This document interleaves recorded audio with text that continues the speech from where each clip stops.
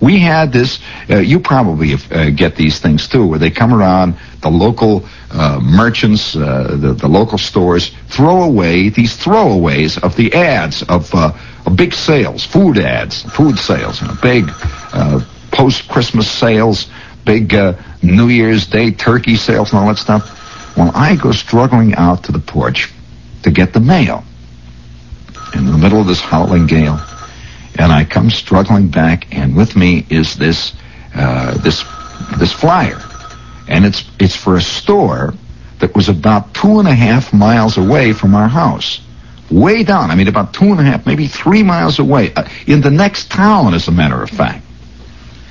And I'm looking through this thing, just sitting there, and they had an ad in there, a bushel of apples for 45 cents.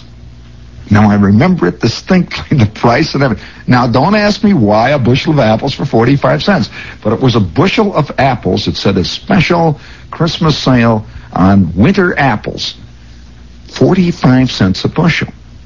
So I'm thinking about this. And my kid brother is under the daybed. He's weak, he's yelling and hollering, whimpering.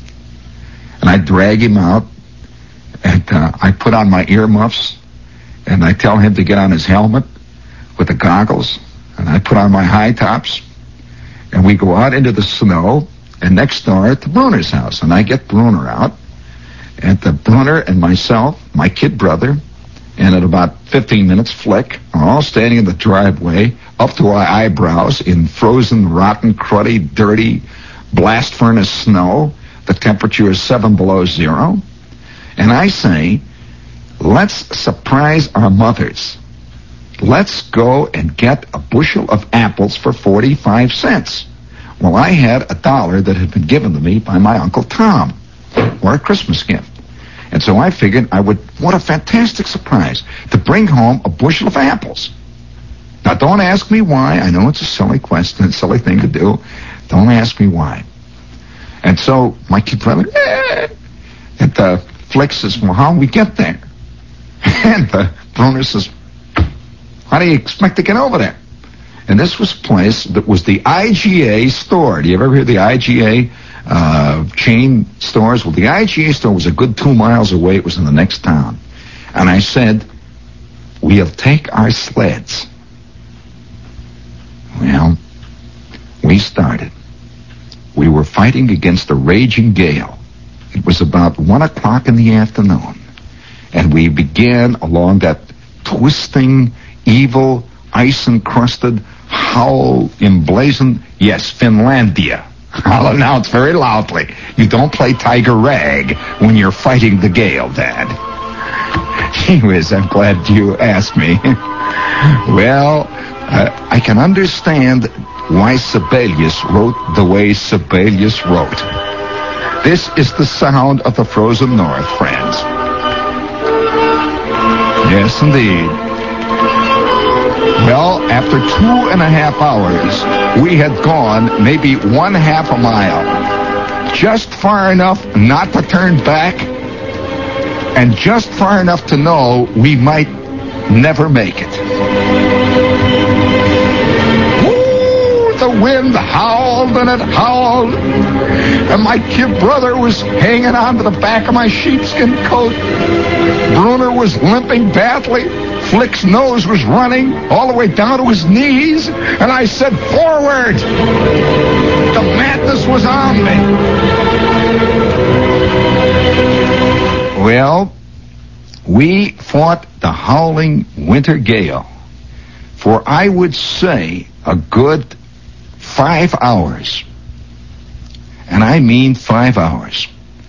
Have you ever had frostbitten ears? Well, I have had frostbitten ears. I got them that afternoon. My kid brother had a frostbitten head. I'm telling you, before we got there, Bruner was frozen solid. We had him lashed to the sled. And Flick, believe me, was a sled himself. We were just pulling him along. He had runners sticking out of his ears. And we finally arrived at the IGA store. I'll never forget this.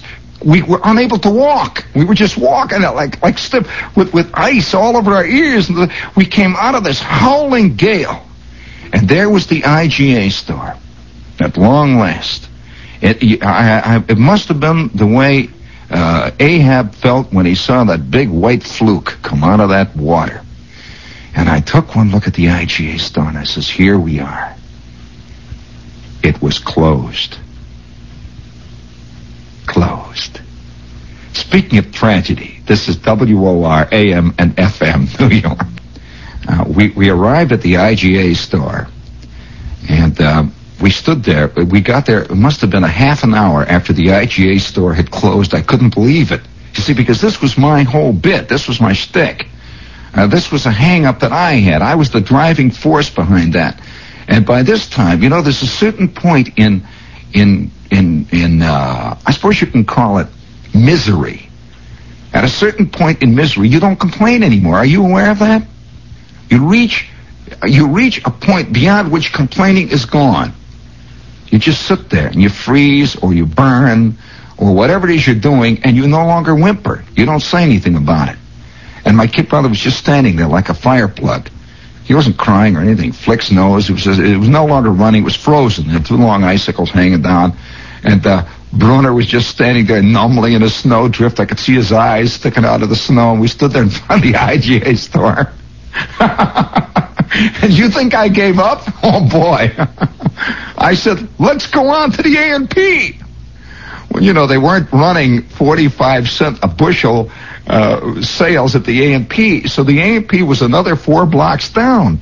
So we struggled on to the A&P. And the wind is howling. It's getting dark.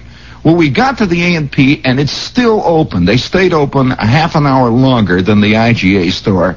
And into the A&P, we got just tremendous heat hit us instantly. And that's when they all started to cry. All three of them started to yell and holler. And I go back to the vegetable department, and I said, do you have apples for sale? I said, apples? What do you mean apples? Yeah, there's apples. You know, apples 3 for a dime and bigger. They had them all. I said, I want a bushel of apples. A bushel of apples? What do you mean a bushel of apples?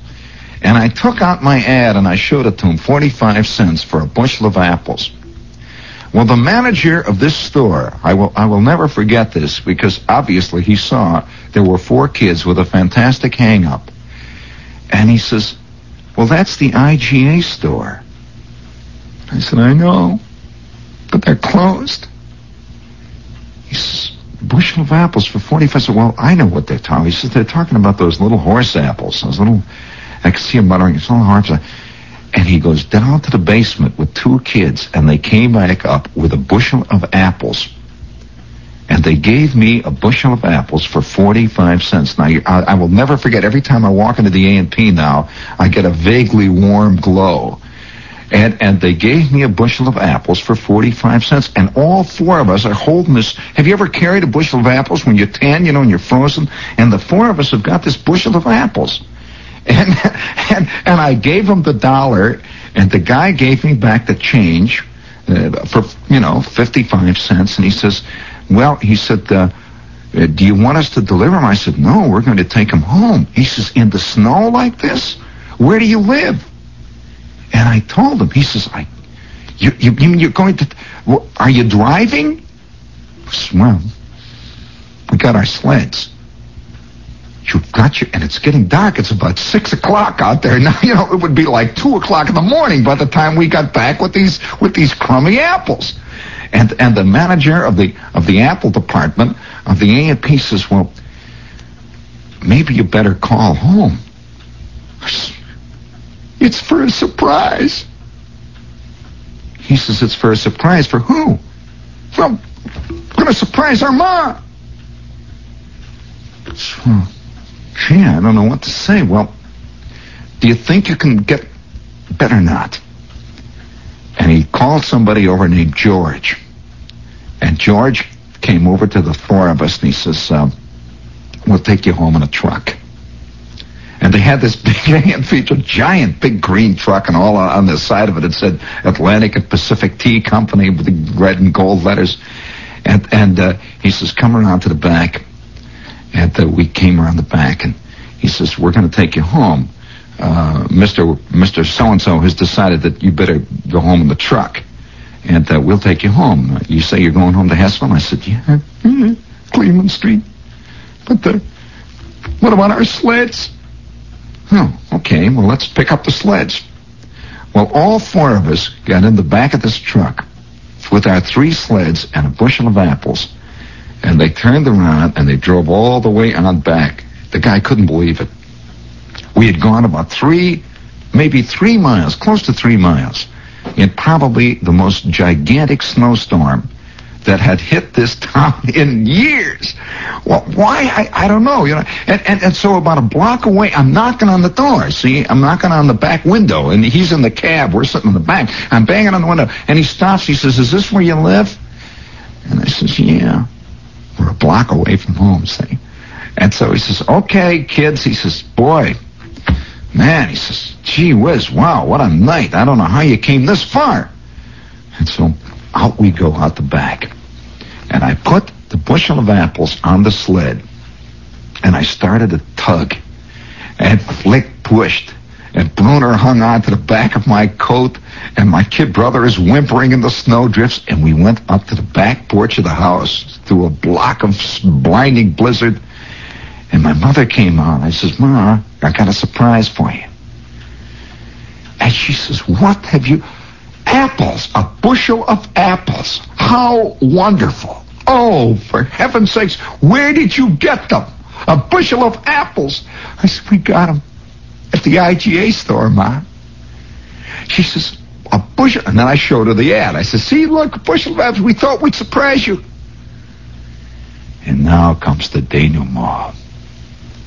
We had 4,500 apples, all frozen as hard. You couldn't believe. Have you ever tasted an apple that was frozen and then thawed out? The instant those apples thawed out, they all turned into one gigantic pile of brown mush. But you know, for years after that, it was like a big thing in the family. It was like the time that I really went out and did it. And everyone said, "Well, do you remember the time that Gene went down and got the bushel of apples?" Gee whiz. Oh, boy, those were really, that was really something. Wasn't that great how they did that?